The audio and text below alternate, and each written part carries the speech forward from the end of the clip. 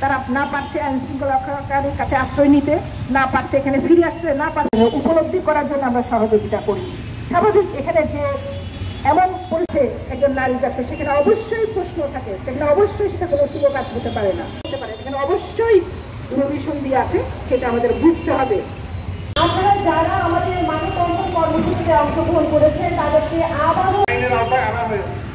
এখনো তারা ধরা পড়েনি, তাদেরকে প্রশ্ন অবৈধভাবে চাইনাতে পাচারের প্রতিবাদে কাছ থেকে তাদের বৈধ কাগজপত্র কেড়ে নিয়ে তাদের নির্যাতনের শিকার করা, মানব পাচার একটি সকলেরই প্রচেষ্টাটা দরকার যে এটা বোঝানোর জন্য।